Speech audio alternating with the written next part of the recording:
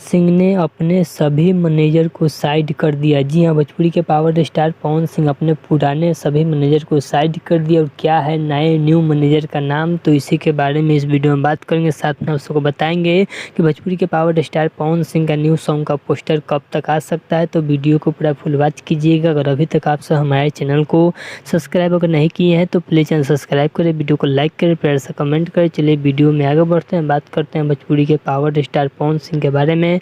तो आप सबको बता दूं कि भोजपुरी के पावर स्टार पवन सिंह अपने पुराने मैनेजर को सबको हटा दिया। अमित सिंह, अभिषेक सिंह और दीपक सिंह, उसके बाद मैनेजर वाला पद खाली था। वहीं सी पे भोजपुरी के पावर स्टार पवन सिंह के न्यू मैनेजर का नाम है नीरज। जी हाँ, भोजपुरी के पावर स्टार पवन सिंह के न्यू मैनेजर का नाम है नीरज, जो कि अभी के वर्तमान में कारोबार संभाल रहे हैं भोजपुरी के पावर स्टार पवन सिंह के नीरज, जो कि आप सब हमारे डिस्प्ले पर भी फोटो देख सकते हैं। जो कि भोजपुरी के पावर स्टार पवन सिंह के साथ हर एक स्टेज शो में देखने को मिल रहे हैं। जो कि आप सबको बता दूं कि भोजपुरी के पावर स्टार पवन सिंह का आज या कल में किसी भी समय न्यू सॉन्ग का पोस्टर आप सबके बीच रिलीज किया जाएगा। जो कि उस सॉन्ग को रिलीज किया जाएगा मीरा म्यूजिक यूट्यूब चैनल पे, जिस सॉन्ग का नाम होने वाला है भगवान करस तोरा लइका के एगो लड़की मिले तहरे जैसे। इसी सॉन्ग का पोस्टर आप सबके बीच आज या कल में किसी भी समय पोस्टर आ सकता है। तो चलिए, अगर आप सबको भोजपुरी के पावर स्टार पवन सिंह का ये अपडेट अच्छा लगा तो प्लीज़ चैनल सब्सक्राइब करें, वीडियो को लाइक करें, प्यार से कमेंट करें। चलिए मिलते हैं न्यू अपडेट के साथ, तो ओके बाय।